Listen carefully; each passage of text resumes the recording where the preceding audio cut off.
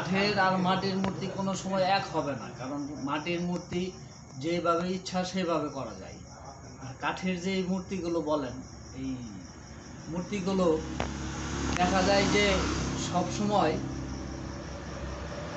কাজ করতে হয় খুবই পরবর্তী চিন্তা করে। মাটির মূর্তি একটু হলে তাকে আবার পরিপূর্ণতাভাবে করা যায়, কিন্তু কাঠের যে মূর্তিগুলো এগুলো একুরেটলি কেটে যাইতে হয়। আর কাঠের হাঁস থাকার কারণে সব জায়গায় কিন্তু দেখা যায় যে বাটাল ঢোকে না, কিংবা সব জায়গায় আর কি কাজ করা যায় না। আর মাটির মূর্তিগুলো স্টেপটা বাই স্টেপ করা হয়, যেমন ডানা জয়েন দিলে আপনি কোমরের এই দিক দিয়ে ক্লিয়ারলি আসে। আর মাটির যে কাঠের যে মূর্তিগুলো, এই মূর্তিগুলো দেখা যায় যে এই যে ডানার নিচে যে এক কাঠে করা হলে ওই দিক দিয়ে বাটাল ঢোকানো খুবই অসুবিধা হয়। তার জন্যে মাটির মূর্তি করা যায়, কিন্তু কাঠের মূর্তি সেরকমভাবে করা যায় না। কাঠের মূর্তি আপনার মডেল দেওয়ার পরে আমরা আমাদের মতো করে কাজ করব।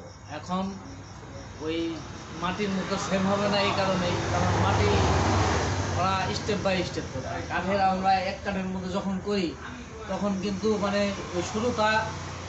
ওই শুরুতেই শেষ করার মতো করে আমাদের সাজায় নিতে হয় আর কি। তার জন্যে দেখা যায় যে মাটির মূর্তিগুলো হলে আবার নতুন করে করা। কাঠের তো আর এত দামের কাঠ তো আর কাইটে যদি খালি দেখা যায় যে এক জায়গায় বেশি কাটা হলো, তাহলে তো ওইখানে আর পারফেক্টলি করা যাবে না। তার জন্যে আমাদের মূর্তিগুলো বানাতে সময় লাগে বেশি।